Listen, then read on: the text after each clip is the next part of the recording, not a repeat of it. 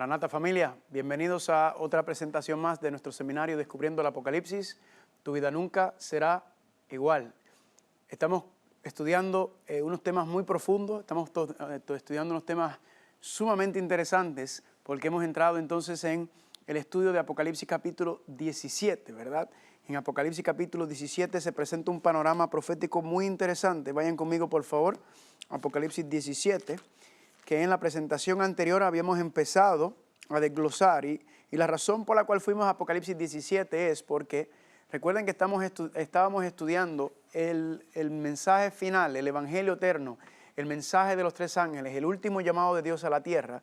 Y en el segundo ángel de Apocalipsis capítulo 14 versículo 8 nos dice que ha caído Babilonia, la gran ciudad, porque ha hecho beber a todas las naciones del vino del furor de su fornicación.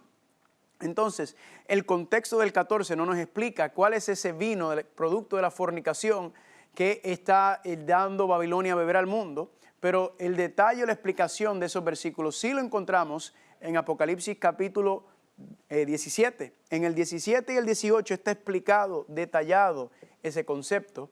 Así que antes de empezar, vamos a hacer una palabra de oración. Padre Santo, Padre Gloria, te damos gracias por el privilegio y el honor que nos concede de estar aquí, estudiando nuevamente las profecías del libro de Apocalipsis. Mensajes finales que tienes para nosotros, Padre, para prepararnos para las cosas que vendrán. Y la razón que tú nos das las profecías es para que estemos seguros y confiados de que tú eres nuestro Dios, que nos fortalece, nos prepara para que podamos morar contigo. Así que venimos a estudiar otro tema sumamente sabroso, Padre, y pedimos que tu Espíritu Santo nos dirija para que podamos comprender y entender estas maravillosas profecías. Y te lo pedimos en el nombre de Jesús. Amén. Dice Apocalipsis capítulo 17, versículo 1.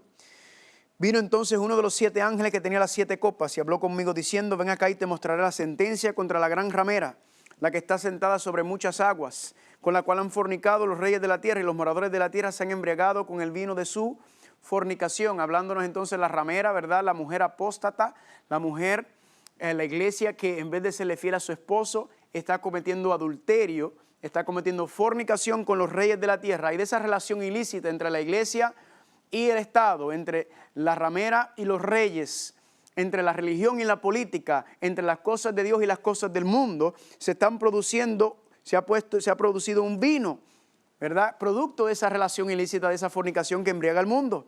Y me llevó el espíritu al desierto y vi una mujer sentada sobre una bestia escarlata, llena de nombres de blasfemia, que tenía 7 cabezas y 10 cuernos. ¿Verdad? Habíamos hablado de los nombres de blasfemia ya, los títulos que utiliza el papado en cuanto a decir que es el vicario de Cristo, que es Santo Padre, su santidad, entre otras citas, las 7 cabezas, los siete montes, ¿verdad? Que nos habla de la profecía, pero también si notamos, nos dice que las 7 cabezas tienen otra representación. En el versículo 9 dice, esto es para la mente que tenga sabiduría. Las 7 cabezas son 7 montes sobre los cuales se sienta la mujer y son 7 reyes también. Noten esto, 5 han caído, uno es, el otro, o sea, el séptimo, aún no ha venido y cuando venga es necesario que dure breve tiempo. La bestia que era y no es también el octavo y es de entre los 7 y va a la perdición. Este juego de palabras aquí, familia, es un concepto muy interesante y cuando usted lo pone a estudiar y analizar, a veces algunas personas dicen que estos siete reyes son los 7 papas que se levantaron desde que se firmó el Tratado de Letrán en el año 1929.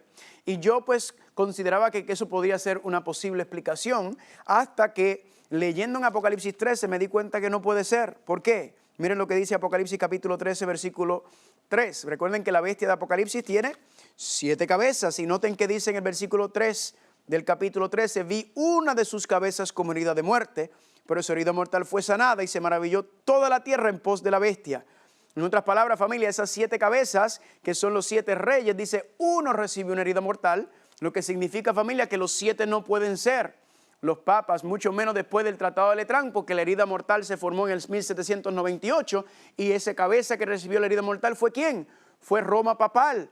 Entonces, familia, no puede aplicarse ese principio de los 7 papas que han surgido, se han levantado desde el Tratado de Letrán. Yo voy a compartir con ustedes lo que yo entiendo es el concepto que está hablando en Apocalipsis 17, que dice que fueron 5 reyes. Uno es el sexto, ese es el que Juan ve en la visión. otro, el séptimo, no ha llegado todavía y cuando llegue durará breve tiempo. Y el octavo se levantará y será de entre los 7. O sea, como que se repite el octavo, que era de uno de los primeros 7. Hay varias interpretaciones a esta profecía. Yo les he estudiado y las he analizado, y la que a mí más me concuerda es la que no deja ningún espacio profético, cumple el tiempo profético completo. Los primeros 5 dice, 5 reyes son, nos dice, Babilonia, Medo-Persa, Grecia, el Imperio Romano, ¿verdad que sí? Luego, ¿qué pasó con el Imperio Romano?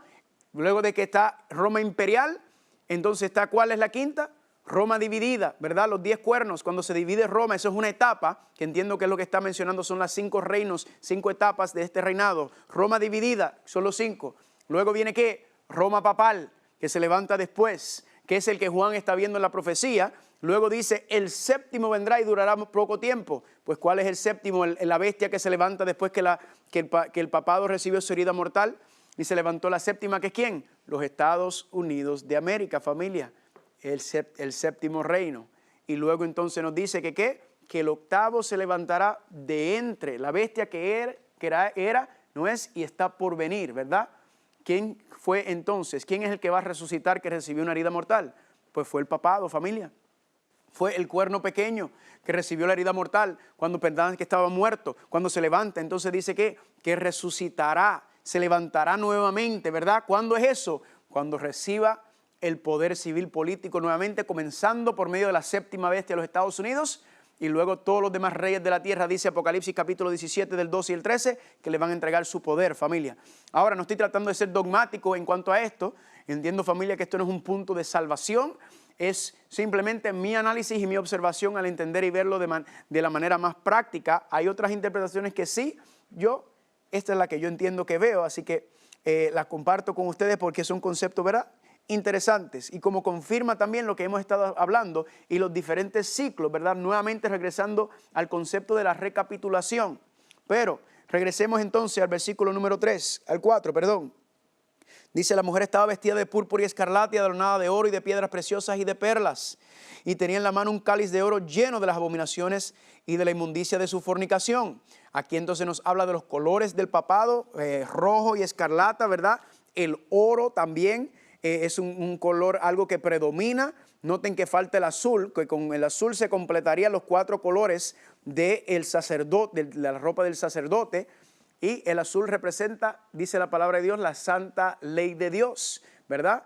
Lo que significa, familia, que es que nuevamente el hombre de pecado no quiere saber de los 10 mandamientos, quiere tener su propia ley. Y dice, cuando habla de adornada de oro y de piedras preciosas y de perlas, ¿verdad? Y en su mano un cáliz de oro, las riquezas abundantes que tiene el Vaticano, familia. Y sigue diciendo, el cáliz de oro lleno de las abominaciones y de la inmundicia de su fornicación. Nos preguntamos si hay otro sistema que levanta un cáliz de oro como lo hace esta institución, familia, y no hay ninguna. Verdaderamente increíble el detalle que Dios nos presenta en su profecía. Y sigue diciendo entonces, familia, versículo 5. Perdón, dice que el cáliz de oro está lleno de las abominaciones y la inmundicia. En el versículo 2 decía que era el vino producto de la fornicación que embriaga al mundo. Aquí nos dice que son ¿qué? Las abominaciones, la inmundicia, que es el producto de la fornicación. ¿De qué? De esa relación ilícita entre la mujer y la bestia, entre la ramera y los reyes de la tierra, entre la iglesia y el Estado, entre las cosas de Dios y las cosas del mundo, se producen esta contaminación, estas abominaciones. Y dice el versículo 5, y en su frente escrito un nombre, un misterio, Babilonia la grande, la madre de las rameras y de las abominaciones de la tierra.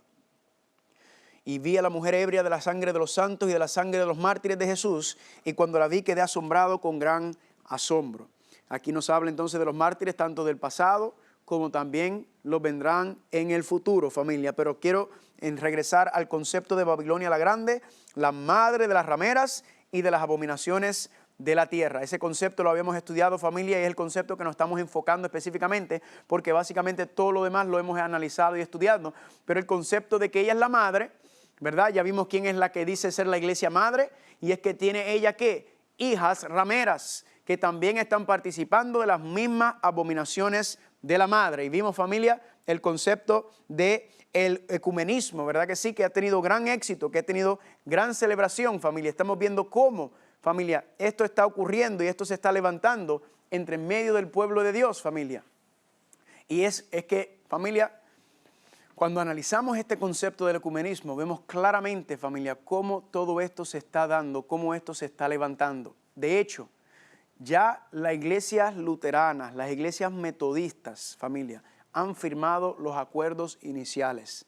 Si a usted le interesa tener esta información, al final de cada programa aparece el correo electrónico, usted puede escribirnos y nosotros le vamos a enviar las notas, los estudios, los apuntes y toda esta información, familia. Ya los luteranos y ya los metodistas, familia, han firmado los acuerdos iniciales, familia, para la unificación. Estaremos presentando la información y la evidencia más adelante, porque en la página del Vaticano está lo que se conoce como el ecumenismo. Hay una lista de las iglesias que ya han firmado estos acuerdos. Y uno dice tristemente y lamentablemente, miramos la iglesia luterana, familia, la primera iglesia que se levanta de la Reforma Protestante, vemos la iglesia metodista, otra iglesia, familia, que se han apartado tanto y tanto de los principios de sus fundadores, familia. Están ahora que ellos que se levantan por ir en contra del sistema, familia, ahora se les está uniendo al sistema, familia. Y nos duele decirlo, familia, porque hay gente muy honesta, muy humilde, muy sincera dentro de estas iglesias. Pero, familia, sus iglesias están corriendo para la unificación con el papado. ¿Qué es lo que está diciendo aquí? Babilonia, recuerden, está hablando en el futuro, está hablando del sistema cuando se levanta, cuando la herida es sanada. Todos los reyes de la tierra le entregan el poder político y también sus hijas están con ella. Y eso es lo que hemos estado analizando durante estos últimos temas. El concepto de quiénes son las hijas. ¿Por qué es importante estudiar esto?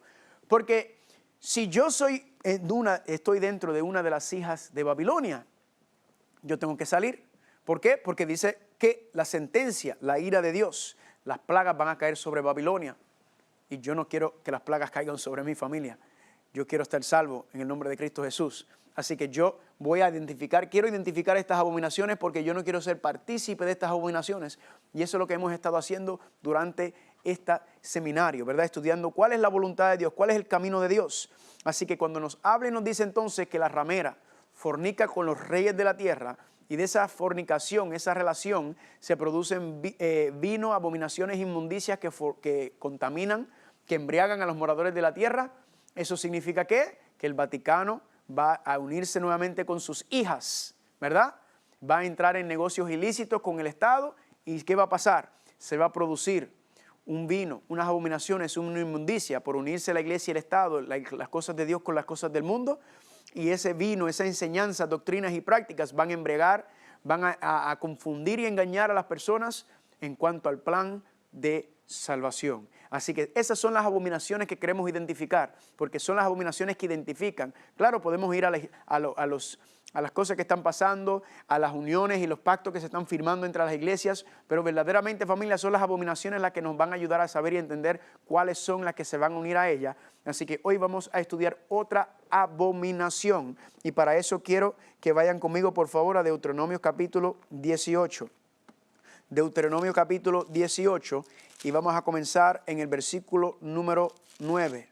Deuteronomio capítulo 18, versículo número 9.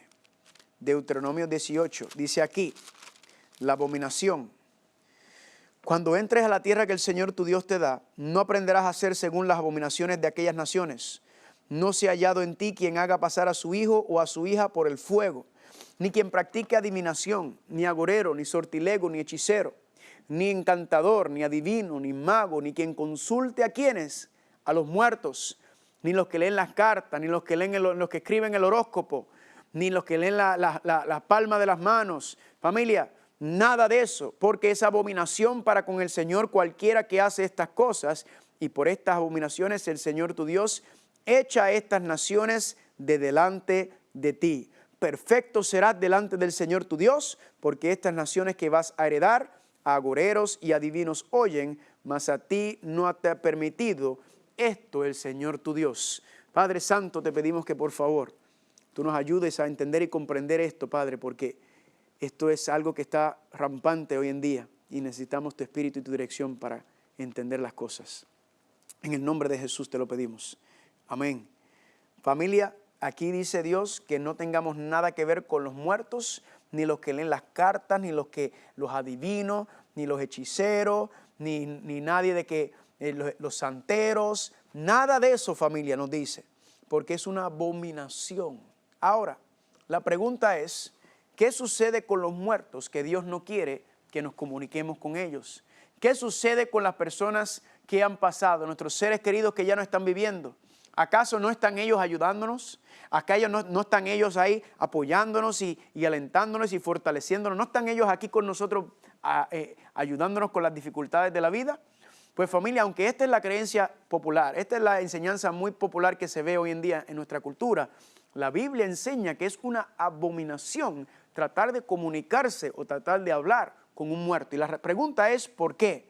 Y es bien sencillo. La razón es porque Dios no quiere que caigamos en uno de los engaños más poderosos que tiene el diablo. La mentira más exitosa que ha tenido el diablo es sobre el asunto de la muerte, familia. Hoy vamos a estudiar el misterio de la muerte y vamos a dejar que la Biblia nos enseñe por qué Dios no quiere que consultemos con los muertos, ni con nadie que consulte, ni con medium, ni con nadie que supuestamente dice saber el futuro. Nada de eso. Dios dice, ni magos, nada. Familia, gloria a Dios, porque Dios cuando nos está advirtiendo sobre estas cosas es porque Dios nos está cuidando y protegiendo de estos engaños. Ahora, para entender entonces qué es la muerte, porque aquí es donde está el asunto, ¿verdad? Para entender entonces qué es la muerte, tenemos que entonces conocer y entender qué es la vida, porque el engaño viene por medio de esas personas que han muerto. Así que para saber lo que es la muerte, entonces tenemos que conocer primero qué es la vida. Dice Génesis capítulo 2, versículo 7. Formó pues el Señor Dios al hombre del polvo de la tierra y sopló en su nariz aliento de vida y fue el hombre un alma viviente o un ser viviente. Quiero que noten algo, familia. Cuando Dios creó el primer hombre, el primer ser humano sobre la tierra, dice que en Génesis 2:7 que tomó el polvo de la tierra, el primer elemento, el segundo elemento que era ¿qué? El aliento de vida que vino de Dios, y cuando une esos dos elementos, entonces Adán se convirtió ¿en qué? En un alma viviente, en un ser viviente, en una persona viviente. Familia, ahí no dice que Adán tenía un alma viviente. Ahí dice que Adán se convirtió o se hizo un alma viviente cuando se unió el polvo de la tierra, que es la materia física, y cuando se unió el aliento de vida que vino de Dios. Esos dos elementos unidos, familia, formaron al ser viviente, a la persona viviente, al alma viviente. Aquí no dice, familia, que Adán tenía un alma. Aquí dice que Adán era un alma. Él era un alma de Dios, es una persona, un ser viviente, y eso es lo que significa la palabra. Es una persona en carne y hueso que vive, que respire. Eso es lo que es un alma. Usted, si me está escuchando y me está viendo, usted es un alma viviente. Yo soy un alma viviente, familia, una persona viviente. Ahora, ¿por qué esta mentira? Porque si recuerdan, Dios le dijo en Génesis 2:17, ¿qué le dijo? El día que coman de ese árbol, ¿qué cosa? Morirán. Pero ¿cuál fue la mentira del diablo en Génesis capítulo 3, versículo 4? Que Dios te dijo que ibas a morir. Para nada, no vas a morir. Aunque desobedezcas a Dios, aunque le mientas, vas a vivir para siempre. Nunca vas a morir, le dijo el diablo. Esa fue la gran mentira. Y ahora, familia, pregunta, ¿todavía se cree esa mentira? La mentira de que usted nunca va a morir. La mentira de que aunque usted pase después de esta vida, tu alma seguirá existiendo por toda la eternidad, estará vivo para siempre. Y este concepto, familia, es donde llegamos al concepto del alma inmortal, ¿verdad? Que usted tiene un tercer elemento que sale de su cuerpo y cuando usted muere, esa alma anda por ahí vagando, ¿verdad? O al cielo, a la tierra, o al infierno, a ningún lado ha ido el alma. Y claro, ¿cuál es el problema? Que si tenemos un alma inmortal, significa que tiene que acomodarse en algún lugar. Si usted entonces se salva, pues usted va a estar eternamente con Dios, gloria a Dios. Pero si te pierdes, entonces te tienen que acomodar en un lugar por el resto de la eternidad porque tú eres inmortal. Y ese lugar se llama ¿cómo? El infierno. El concepto del infierno. El próximo tema estaremos tocando el tema del lago de fuego eterno. ¿Qué es el infierno? ¿Cuánto tiempo durará el lago de fuego? ¿Dónde es el lago de fuego? Pero para entender primero ese concepto. Esa es la segunda muerte. Tenemos que entender la primera muerte. Y esta es la muerte que vamos a estudiar hoy, familia. El concepto de la vida y la muerte, ¿verdad? ¿Qué es eso del alma? Familia, repito, usted no tiene un alma. Eso no es lo que dice Génesis capítulo 2, versículo 7. Usted es un alma de Dios. Ahora, vamos a confirmar esto. Vamos a seguir viendo algunos versículos que se nos presentan para que veamos que el concepto del alma es bíblico. Génesis capítulo 12, versículo 5, el concepto del alma como una persona viva, un ser vivo. Génesis 12, 5 dice, y tomó Abraham a Sarai su mujer, y a Lot hijo de su hermano, y toda su hacienda que había ganado, y las almas, ¿verdad? La palabra hebrea nefesh, almas, que había adquirido en Harán, y salieron para ir a la tierra de Canaán. Noten que puse la palabra almas, y ahí está la palabra hebrea nefesh.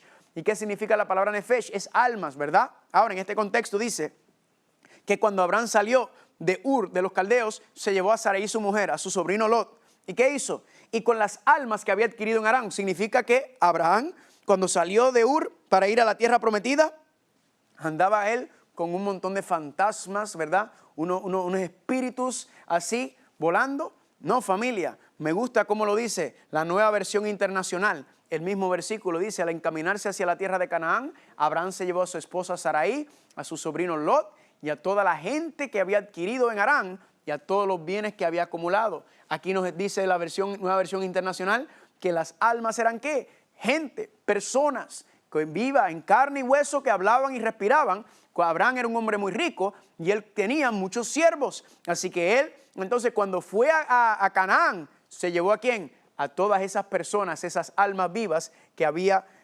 adquirido. Amén. Bien sencillo. Miren, familia, como dice también, el concepto del alma también se utiliza en Génesis capítulo 14, versículo 21.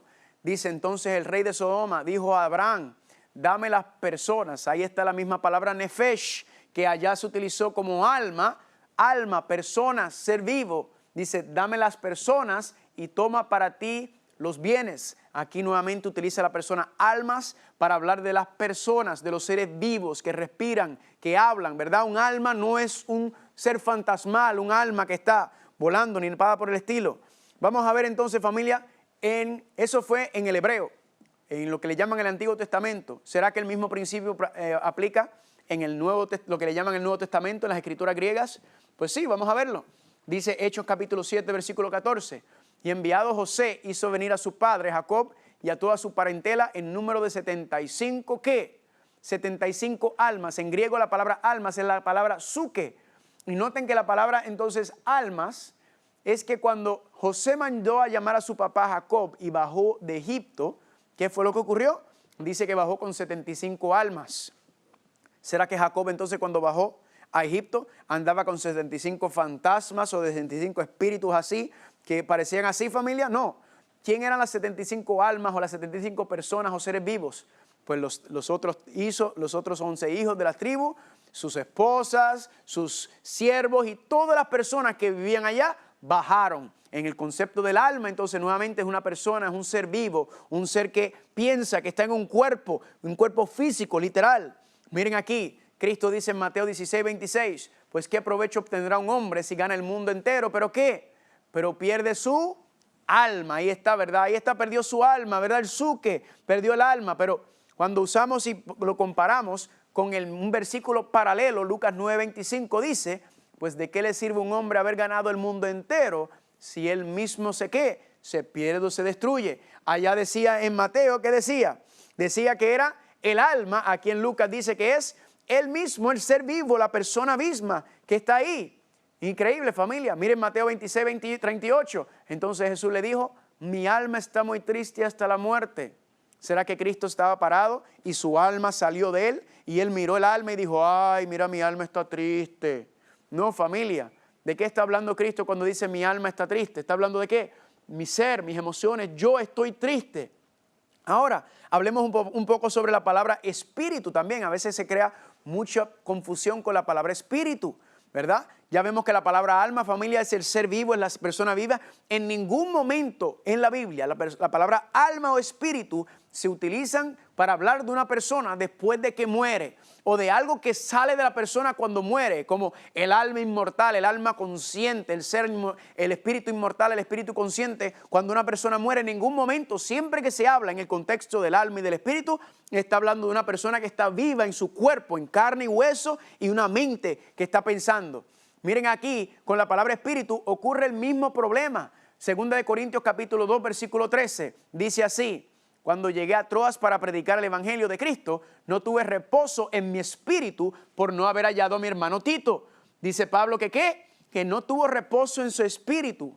¿Será que estaba hablando, familia, de algún fantasma o de algún ser que estaba saliendo de él, que él estaba mirando? Mi espíritu está... No, familia, la palabra espíritu se utiliza en varios contextos. En algunos contextos, espíritu se menciona para hablar de los ángeles, ¿verdad? Los espíritus, ángeles o demonios también. La palabra espíritu, familia, también se utiliza para hablar del ser pensante, del ser racional, de la mente, del soplo de vida, del aliento de vida también. Pero sobre todo cuando está hablando del ser humano, en la mayoría de los instantes está hablando del carácter, de los sentimientos, del pensamiento, de los sentimientos, de los deseos del ser humano. Es a lo que se refiere cuando habla de espíritu, y también la palabra alma se usa en el mismo contexto. Nunca refiriéndose a un tercer elemento, sino está hablando de la persona en sus diferentes dimensiones emocionales, ¿verdad? Lógica, racional, en su aspecto, sus deseos. Ahora miren el versículo paralelo en la Reina Valera contemporánea, donde decía que Pablo no tenía reposo en su espíritu. Aquí dice 2 Corintios 2:13 en la contemporánea: estaba yo muy intranquilo por no haber encontrado allí a mi hermano Tito. Familia, interesante.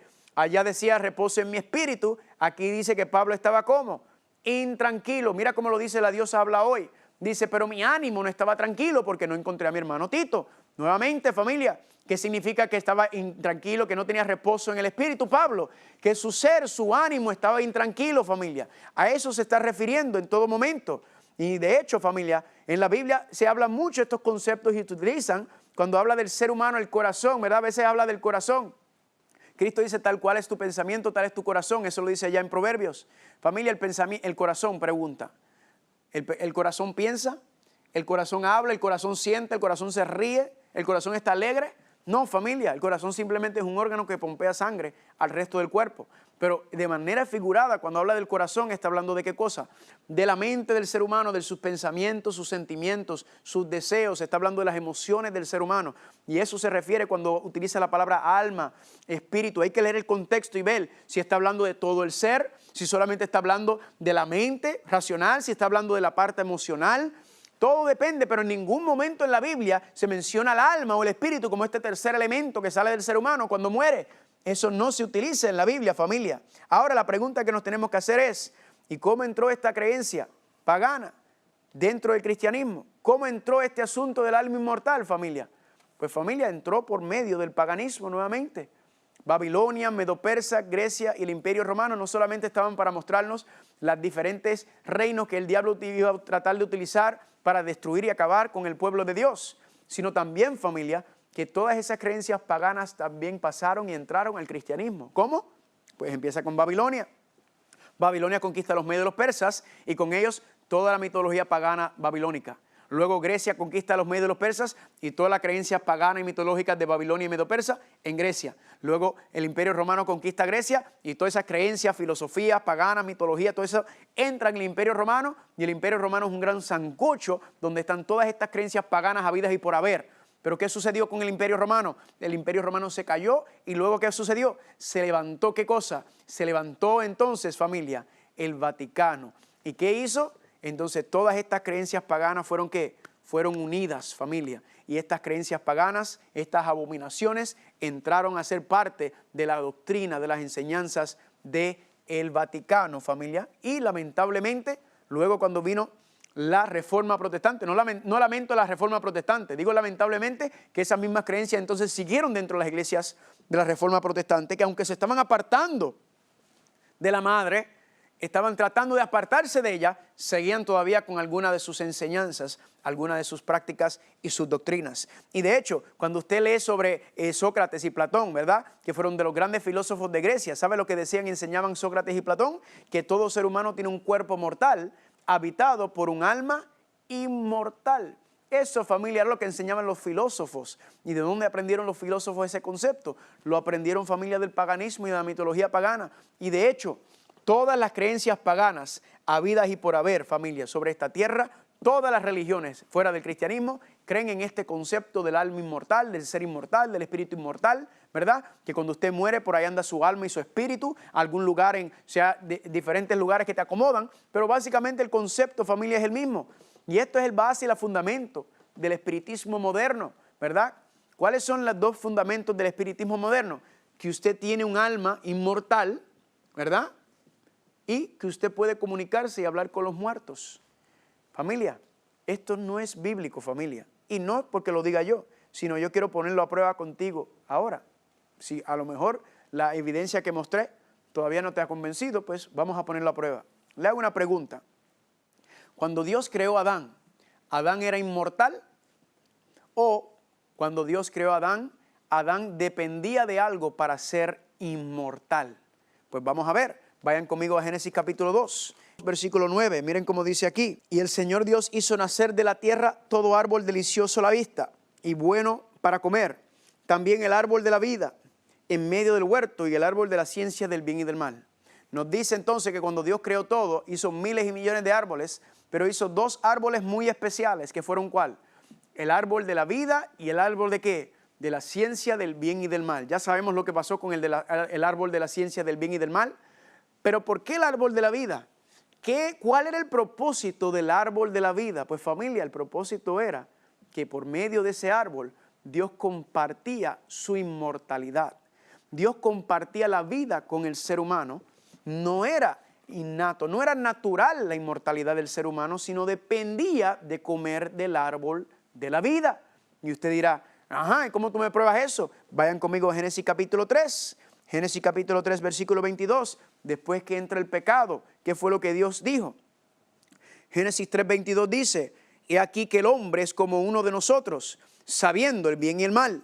Ahora pues que no alargue su mano y tome también del árbol de la vida y ¿qué? Y coma y viva para siempre. Familia, aquí nos dice claramente que ellos que si comían del árbol de la vida, ellos iban a vivir ¿para cuándo? Para siempre. ¿Por qué? Porque Dios compartía su inmortalidad con Adán y Eva por medio del árbol de la vida. Versículo número 24.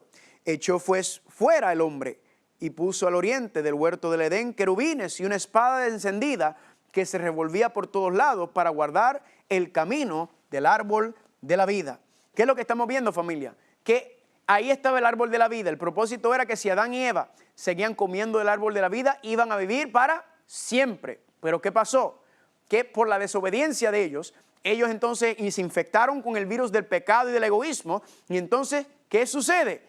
Que ahora Dios dice, no, yo no puedo permitir que Adán y Eva coman del árbol de la vida. ¿Por qué qué? Porque el pecado y la maldad y el egoísmo existiría para siempre. En otras palabras, el sufrimiento y todo lo que es producto del pecado seguirá existiendo. Entonces, ¿qué hace Dios? Dios dice, no, quítale el árbol de la vida. Puso a protegerlo para que no comieran de él, porque si hubieran seguido comiendo de él, hubieran vivido para siempre, familia. Quítale el árbol de la vida. ¿Para qué? Para que no coman de él. Déjame resolver el problema del pecado, y cuando yo resuelva el problema del pecado, entonces podremos hablar sobre volver a dar la inmortalidad al ser humano. Pero el ser humano no puede ser inmortal porque es pecaminoso y Dios entonces no permite eso. Ahora, si Adán era inmortal ya y Dios viene y le dice, mira el castigo, uno de los castigos que va a pasar es que no vas a comer del árbol de la vida. Pues familia, si Adán era inmortal, entonces, ¿qué importa que no le hubiera quitado el árbol de la vida? Porque Adán le hubiera dicho, pero es que ya yo soy inmortal, Dios. Eso no es ningún castigo para mí. Fíjate de eso. No, familia, el hecho de que Dios le quitó el árbol de la vida enseña que ¿qué? Enseña que era un castigo.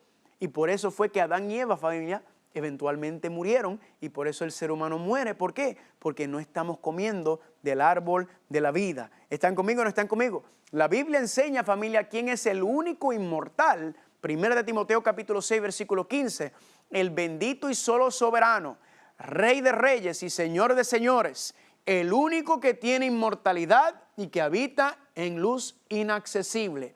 La Biblia dice que el único ser inmortal es Dios. El Padre, el Hijo, el Espíritu Santo, familia, son los únicos inmortales. Nosotros no somos inmortal, sino que Dios comparte su inmortalidad con el ser humano, a los que lo aman, lo obedecen y lo honran por medio del árbol de la vida. Y por eso es que no estamos viviendo para siempre, porque aquí no está el árbol de la vida y por eso pasamos por lo que la Biblia le llama la primera muerte. Ahora, ¿qué es la primera muerte? Pues miren cómo lo dice Eclesiastés capítulo 12, versículo 7.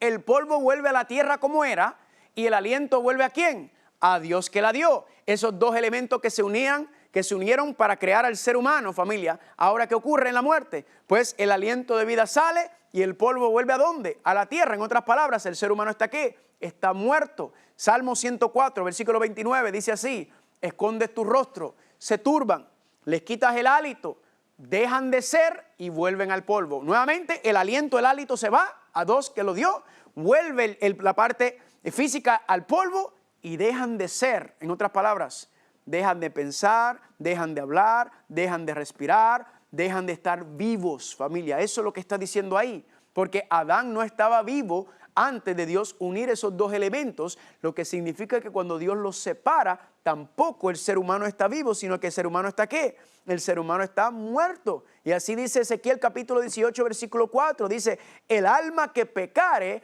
esa morirá. Familia, el alma que pecare morirá. Será que si el concepto del alma es inmortal, entonces el alma no puede morir. Pero es que no está hablando de un alma como un tercer elemento. Cuando dice que el alma que pecare morirá, está hablando del ser humano, la persona, el ser vivo, el ser racional. Eso es lo que es el concepto del alma, familia. Eso no existe cuando se separa el aliento de vida y el polvo de la tierra. Ya no hay alma, ya no hay vida, ya no hay personas en ese contexto, familia. Y entonces la pregunta que la gente se hace es: pero ven acá, a mí me enseñaron que cuando uno muere, uno va al cielo, ¿verdad? O uno va al infierno o al purgatorio, que es como una sala de espera, familia. Pues es interesante notar, familia, que la Biblia no dice eso. La Biblia no dice eso, familia. La Biblia dice que el ser humano, el aliento sale, el polvo vuelve a la tierra y el ser humano, ¿qué pasa? Deja de ser. Le voy a dar un ejemplo, familia, que es un ejemplo que a mí me comprobó y me confirmó todo esto que yo estaba viendo en la palabra de Dios. Hechos capítulo 2, versículos 29 y 34 dice: hermanos del patriarca David, os puedo decir confiadamente que murió y fue sepultado. Y su sepulcro está entre nosotros hasta el día de hoy.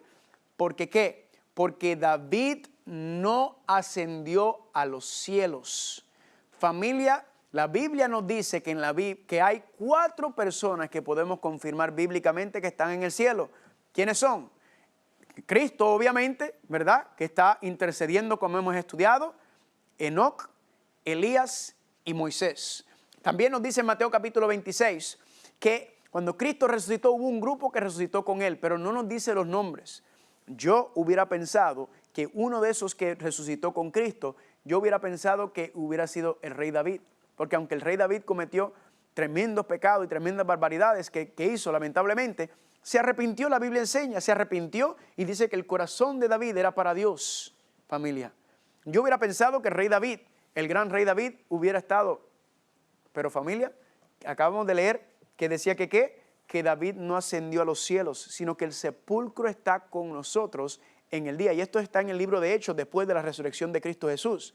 Entonces la pregunta es: ¿qué está haciendo David en el sepulcro? ¿Qué está haciendo David? ¿Será que anda vivo, que anda hablando? Pues mire lo que dice Primera de Reyes capítulo 2, versículo 10, hablando de la muerte de David. David fue que sepultado en su ciudad y durmió con sus padres. Familia, la Biblia enseña que David está ¿qué? Durmiendo con sus padres, familia. Sepultado y durmiendo, hasta el día de hoy está el sepulcro y está en un sueño. Ahora, este concepto de que la muerte, la primera muerte, es un sueño o un dormir, no es nada nuevo. Esto mismo lo enseñaba Cristo Jesús. Vayan conmigo a Juan capítulo 11. Juan capítulo 11 lo explica claramente. Cristo lo dice en Juan capítulo 11. Y vamos a empezar en el versículo número 11. Dice aquí: dicho esto, les dijo: nuestro amigo Lázaro duerme, mas voy para despertarle. Dijeron entonces sus discípulos: Señor, si duerme, sanará. Pero Jesús decía esto ¿de qué?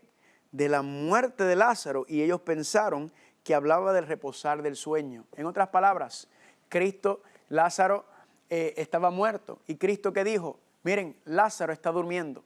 ¿Y qué pensaron los discípulos? Ay, Señor, está cansado, déjalo que descanse, que esté tranquilo ahí, que deja que se recupere. Y el Señor dijo, no, no, no, ustedes malentendieron lo que yo estoy diciendo. Lázaro que no está durmiendo, sino que ¿qué dice? Versículo 14. Entonces Jesús le dijo claramente, Lázaro ha muerto. Familia, Cristo compara la muerte de Lázaro ¿con qué? Con el sueño, con el dormir. Y es una razón muy sencilla, por dos razones, perdón, no una. ¿Cuál es? La primera, que cuando usted duerme, ¿en qué estado usted se encuentra? Usted está inconsciente, usted no está pensando, usted no está participando en nada. Sí tiene sueños, pero eso tiene que ver con el subconsciente. Estoy hablando que cuando usted está inconsciente, ¿qué ocurre? Que usted se acuesta, sea 1 hora, 5 horas, 6, 7, 8 horas. ¿Y usted qué pasa? Usted duerme, no sabe lo que está pasando en el mundo, no sabe porque usted está durmiendo. Y usted se levanta y pasaron X cantidad de horas y usted ni cuenta se da. Yo le doy gracias a Dios que yo duermo como un bebé, como una piedra, y se puede estar cayendo el mundo, y yo durmiendo como si nada. ¿Y qué sucede, familia? Usted no se dio cuenta de nada porque usted estaba durmiendo. Eso es lo que Cristo compara a la primera muerte. Es un sueño, es dormir. Y la segunda razón por la cual lo menciona en ese contexto es ¿cuál?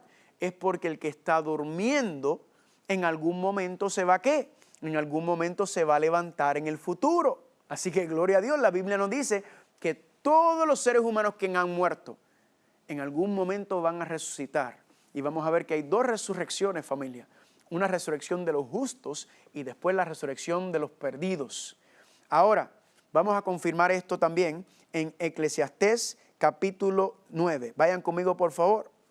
Eclesiastés, si abren su Biblia a la mitad del libro de los Salmos, después está el libro de Eclesiastés, y en el libro de Eclesiastés, vayan conmigo a Eclesiastés capítulo 9, versículo 5. Miran cómo dice Eclesiastés 5.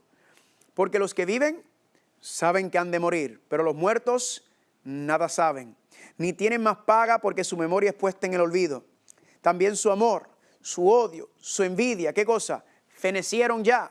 Y nunca más tendrán parte en todo lo que se hace debajo del sol. Claramente, Salomón, el hombre más sabio después de Cristo Jesús en la tierra, dice que ¿qué? Que los muertos nada saben, que no están trabajando, no tienen memoria. ¿Por qué no tienen memoria? Porque están durmiendo, están inconscientes, familia. Y dice que no hay amor, no hay odio, no hay envidia, nada de eso existe, sino que ¿qué? Que todo eso ya perdió. Y no tendrán parte en nada de lo que se está haciendo aquí en la tierra. Y miren cómo dice el versículo 10. Todo lo que te viniera a la mano para hacer, hazlo según tus fuerzas. Porque en el Seúl o en el sepulcro a donde vas, no hay obra, ni trabajo, ni ciencia, ni sabiduría, familia. La palabra de Dios nos está diciendo, familia, que ¿qué? Que no hay nada de eso existe. ¿Por qué? Porque usted está durmiendo, usted está en un estado inconsciente, familia. Nada está pasando. Confirmando, familia, que el ser humano está ¿qué? Muerto, familia. El ser humano no está vivo. El ser humano cuando muere está durmiendo, está inconsciente. Gloria a Dios por esto, familia. ¿Por qué? Porque la Biblia entonces es clara. Mira cómo lo dice en Salmo 146, versículos 3 y 4. Dice así: no confíes en los príncipes ni en hijo de hombre, porque no hay en él salvación. Sale su aliento, se vuelve a la tierra en el mismo día, perecen sus pensamientos. ¿Cómo decía ese versículo? Que en el mismo día, familia, perecen sus pensamientos. ¿Por qué? Porque ha entrado en un estado de ¿qué? En un estado inconsciente, familia. En un estado que no está pensando. ¿Por qué? Porque está durmiendo. Miren aquí como dice en Juan capítulo 5. ¿Qué pasa con el ser humano cuando muere? ¿A dónde va? Juan capítulo 5, versículo número 28. No os maravilléis de esto, porque vendrá hora cuando todos los que están en los sepulcros oirán su voz. Y los que hicieron bien saldrán a resurrección de vida, mas los que hicieron mal a resurrección de condenación. ¿Dónde están todos, familia? Están en los sepulcros durmiendo, familia. Todas las personas, nuestros seres queridos, ¿dónde están? Están los que han pasado por la primera muerte, están descansando, durmiendo en la tumba, familia. Ahora, ¿cuándo va a ser la primera resurrección? Pues familia, miren cómo dice Jesucristo en Juan capítulo 14. Claramente lo explica, un versículo muy conocido para algunos. Dice así en Juan capítulo 14, versículo número 1. Dice, no se turbe vuestro corazón. ¿Creéis en Dios? Creed también en mí. En la casa de mi Padre muchas moradas hay. Noten, familia, que dice Cristo que en la casa de nuestro Padre hay muchas moradas. Y dice, si así no fuere, yo nos lo hubiera dicho. Voy pues a preparar esos lugares para nosotros. Pregunta, si esos lugares ya están en la casa del Padre cuando Cristo estaba aquí, ¿de quiénes son esas casas, esas moradas? Familia, esas son las moradas ¿de qué? De los ángeles que se rebelaron, familia. Una tercera parte de los ángeles se rebelaron y Zacarías capítulo 13 versículo 8 dice que esa tercera parte serán los redimidos que llenarán ese espacio, ese vacío. Así que Cristo, ¿qué hizo? Fue a prepararnos esas mansiones. Y sigue diciendo, y si me fuere, os prepararé lugar. ¿Y qué dice? Y vendré otra vez. ¿Y qué va a hacer cuando venga? Y os tomaré a mí mismo para que donde yo estoy, vosotros también estén. Familia, noten que Cristo no le dice a sus discípulos, mire, no se preocupe cuando usted muera. No se preocupe que cuando usted muera, nos vamos a encontrar allá en el cielo. No, Él le dice, yo voy a irme, voy a preparar lugar para ustedes, pero voy a regresar. ¿Y qué? Me los voy a llevar. ¿Cuándo? En la resurrección de los vivos, familia. Está diciendo que Él nos va a llevar al cielo. No está diciendo, cuando te mueras tranquilo que vas a subir. No, Él está diciendo, yo vengo a buscarte. Miren, por ejemplo, como dice en el libro de Job, capítulo 14, del 10 al 12, dice, mas el hombre morirá y será cortado, perecerá el hombre, ¿y a dónde estará él? ¿Qué está preguntando Job? Lo mismo, ¿a dónde van los muertos? Como las aguas se van del mar y el río se agota y se seca, así el hombre que yace no vuelve a levantarse, no despertarán ni se levantarán de su sueño. Familia, bien claro lo que está diciendo aquí Job. ¿El muerto qué? El muerto se acuesta en su sueño y no se vuelve a levantar. No se despertará del sueño. ¿Hasta cuándo? Hasta que escuche la voz de Cristo que lo va a levantar. Miren este otro versículo en Job capítulo 7, versículos 9 y 10 dice, como la nube se desvanece y se va, así el que descienda al sepulcro ya no subirá. No volverá más a su casa, ni su lugar lo verá más.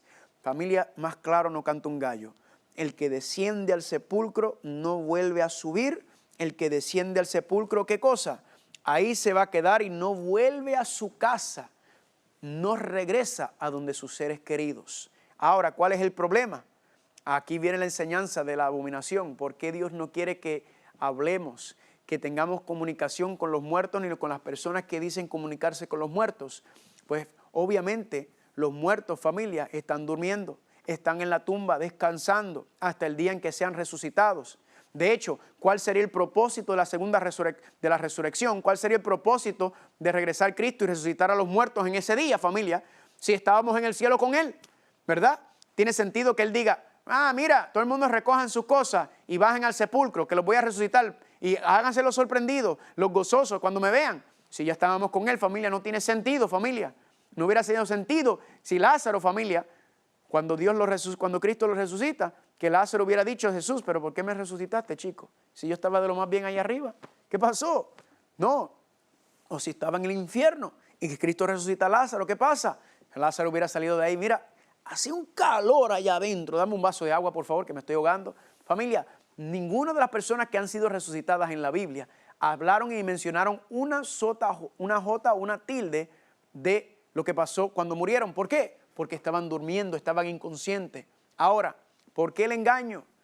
¿Por qué Dios nos advierte sobre este engaño, sobre el asunto de los muertos? Pues bien sencillo, familia. Es porque si los muertos están durmiendo, entonces, pregunta es, ¿quiénes son las personas que se aparecen como si fueran nuestros seres queridos? ¿Quiénes son las personas que vienen y que hacen pasar como si fueran nuestros seres queridos? Pues familia, no pueden ser nuestros seres queridos porque el muerto está durmiendo, familia. ¿Y quiénes son? Miren lo que dice en 1 de Timoteo capítulo 4, versículo 1. Pero el Espíritu dice expresamente que en los postreros tiempos, o en el tiempo del fin, algunos apostatarán de la fe, escuchando a espíritus engañadores y a doctrinas de demonios. ¿Qué dice? Que vendrán espíritus engañadores. Los espíritus en este contexto, ¿quiénes son? Los demonios caídos, familia. Los ángeles caídos que vienen a engañar. Y por eso dice Apocalipsis 16, 14. Porque son espíritus de demonios haciendo ¿qué? Haciendo milagros. Familia, las personas que se aparecen como nuestros seres queridos, familia, lamentablemente no son nuestros seres queridos, familia. Las personas que aparecen son ¿quiénes? Son ángeles, demonios, ángeles caídos, demonios que se hacen pasar por nuestros seres queridos. ¿Para qué? Para engañarnos, para que empezamos a creer y pensar y ver estas manifestaciones sobrenaturales y decir, oh, esto tiene que ser de Dios, ¿verdad? Pero dice Dios claramente en Jeremías capítulo 17, del 9 en adelante, maldito el que confía en el hombre, bendito el que confía en la palabra de Dios. ¿Por qué? Porque el corazón es perverso, no podemos confiar, familia. Y Dios nos está diciendo, no confíes en esas manifestaciones, porque esos no son nuestros seres queridos muertos, esos son demonios haciéndose pasar. Y yo sé que este tema puede ser muy difícil para muchos, que es muy confortante pensar que su papá, su abuelo, su ser querido está con ellos, su amigo, pero familia, la Biblia dice que está durmiendo, está descansando. No se tiene que preocupar tampoco porque no está sufriendo en este momento, sino que está ¿qué? Está en un sueño, familia. Y yo digo gloria a Dios por eso, familia. Y todas estas manifestaciones espiritistas, ¿verdad? Lo que es el espiritismo moderno, familia, que ha entrado a las iglesias, familia, ¿verdad? ¿Por dónde, familia? Pues si miramos lamentablemente al Vaticano y vemos las creencias católicas, familia, esta creencia de hablar a los muertos, de rezarle a esto. Familia, miren lo que dice Apocalipsis capítulo 9, quiero que lo lean conmigo, por favor.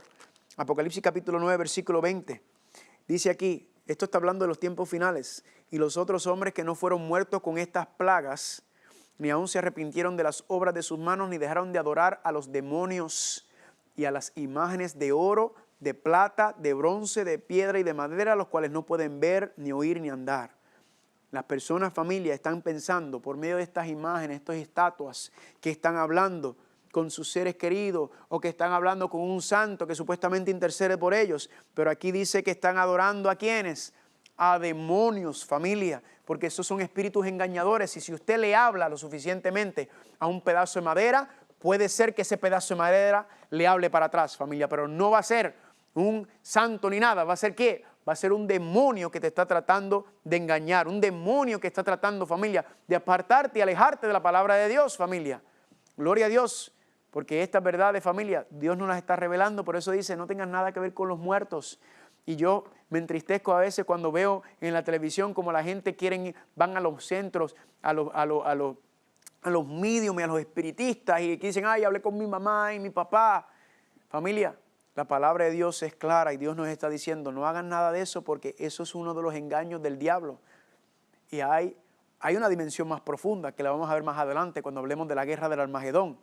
Pero esta etapa inicial, familia, usted háyase por el lado bueno. Evite tener ningún contacto ni con muertos ni con nadie que hable con muertos, familia, porque eso es un gran engaño del diablo en estos tiempos y está creciendo y aumentando de manera poderosa dentro del cristianismo. Ahora, pregunta, ¿hay esperanza para los que duermen? ¿Hay esperanza para los que duermen en Cristo Jesús? Claro que sí. Juan capítulo 6, versículo 40, Cristo que dice, y esta es la voluntad del que me envió, que todo aquel que ve al Hijo y crea en Él, tenga vida eterna, y yo le resucitaré, ¿cuándo? En el día final. Gloria a Dios. ¿Cuándo es que serán resucitados los muertos? En el día final es que vamos a ser resucitados, familia. Y mire cómo dice 1 Tesalonicenses capítulo 4, 16, porque el Señor mismo con voz de mando, con voz de arcángel y con trompeta de Dios descenderá del cielo, y los muertos en Cristo resucitarán, ¿qué? Resucitarán primero. Aquí está la resurrección de los salvos, familia. Primero resucitan los salvos, familia, cuando Cristo venga y con esa voz de arcángel los levante, familia, y los lleve para la vida eterna. Pero la pregunta que usted se tiene que hacer entonces es, espera un momento. ¿Cómo es que vamos a vivir eternamente si tú dijiste que teníamos que comer del árbol de la vida? Y si el árbol de la vida ya no está, entonces ¿cómo es que vamos a vivir eternamente? Pues familia, mira cómo se resuelve el problema. En Isaías capítulo 66, versículos 22 y 23. Porque como los cielos nuevos y la tierra nueva que yo hago permanecerán delante de mí, dice el Señor. O sea, eso está hablando de Apocalipsis 21 y 22. Esos cielos nuevos y la tierra nueva todavía no han llegado. Eso es en el futuro. ¿Y qué va a pasar en el cielo nuevo y la tierra nueva? Y de mes en mes y de sábado en sábado vendrán todos a adorar delante de mí, dice el Señor. Ya nosotros sabemos que por el resto de la eternidad en el cielo nuevo y en la tierra nueva, cada sábado vendremos a celebrarle un culto de adoración a Dios por habernos creado. Gloria a Dios. Eso no va a cambiar, familia, y por eso ya desde hoy empieza a practicar, a guardar el sábado, porque es lo que estaremos haciendo por siempre, por el resto de la eternidad. Pero ¿por qué de mes en mes? ¿Por qué regresaremos de mes en mes en el rincón del universo que se encuentre? Que estaremos viajando como turistas. Pues familia, mira cómo lo dice Apocalipsis capítulo 22, versículo 1. Nos explica por qué de mes en mes. Ya sabemos por qué de sábado en sábado, el día del Señor, siempre fue el plan de Dios para nosotros y siempre lo será. Pero dice Apocalipsis 22, versículo 1. Después me mostró un río limpio de agua de vida y resplandeciente como cristal que salía del trono de Dios y del Cordero. Y en medio de la calle de la ciudad y a uno y otro lado del río estaba el árbol de la vida, que produce 12 frutos, dando cada mes su fruto. Familia, yo digo gloria a Dios por eso, porque ¿qué dice aquí? Que cuando Dios termine con el pecado, como dice en el versículo 4 del Apocalipsis 21, ya no habrá más muerte, ni sufrimiento, ni llanto, ni violencia, ni guerra, ni clamor, ni suicidio, ni depresión, dice la palabra de Dios. Cuando Dios termine y deshaga todo esto, entonces en el cielo nuevo y la tierra nueva Dios va a plantar nuevamente el árbol de la vida, familia. ¿Y qué vamos a hacer? De mes en mes vamos a venir cada mes a comer un fruto nuevo del árbol de la vida. Y esa fruta, ¿qué va a hacer, familia? Nos va a recargar nuestra batería, que no como quiera, no creo que se vaya a ir como los teléfonos hoy en día, ¿verdad? Sino que va a estar, cada mes vamos a venir a comer y disfrutar del árbol de la vida, una ceremonia preciosa en el cual ¿qué va a estar haciendo Dios? Compartiendo su inmortalidad con nosotros por medio del árbol de la vida nuevamente. Familia, la inmortalidad es un regalo que Dios le hace a los seres humanos, a los que lo aman, lo honran y lo obedecen. Los que no, los perdidos, porque el muerto, el alma que pecare morirá. Familia, no puede estar vivo nadie más después de eso, porque no puede estar comiendo del árbol de la vida. La misericordia de Dios está sobre la tierra ahora y ahora todos estamos vivos, pero todos vamos a morir la primera muerte. Pero esta vida, familia, la vida eterna que Dios nos va a dar por medio del árbol de la vida, familia, será eterna y para siempre. Yo digo gloria a Dios por eso. Y yo no sé usted, pero yo quiero participar de esa vida eterna. Yo quiero comer del árbol de la vida.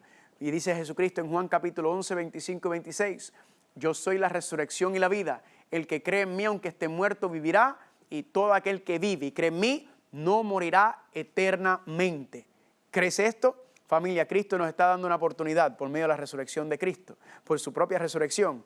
Nuestro Dios, nuestro Padre nos está diciendo, si tú crees en mi Hijo, aunque mueras, aunque pases por la primera muerte, no morirás eternamente. ¿Por qué no vas a morir eternamente? Porque vas a estar con Dios, vamos a estar en la presencia de Dios, Él nos va a dar el árbol de la vida nuevamente y por el resto de la eternidad entonces seremos inmortales, no porque tenemos inmortalidad natural en nosotros, sino porque Dios está compartiendo su inmortalidad con nosotros. Eso no le va a ocurrir a los perdidos, a los que no llegan. Esa es la invitación que Dios te hace. Te dice, acepta a mi Hijo Cristo Jesús, y entre todos los regalos que tiene, te va a dar también el regalo de la vida eterna. Que el Señor los bendiga mucho.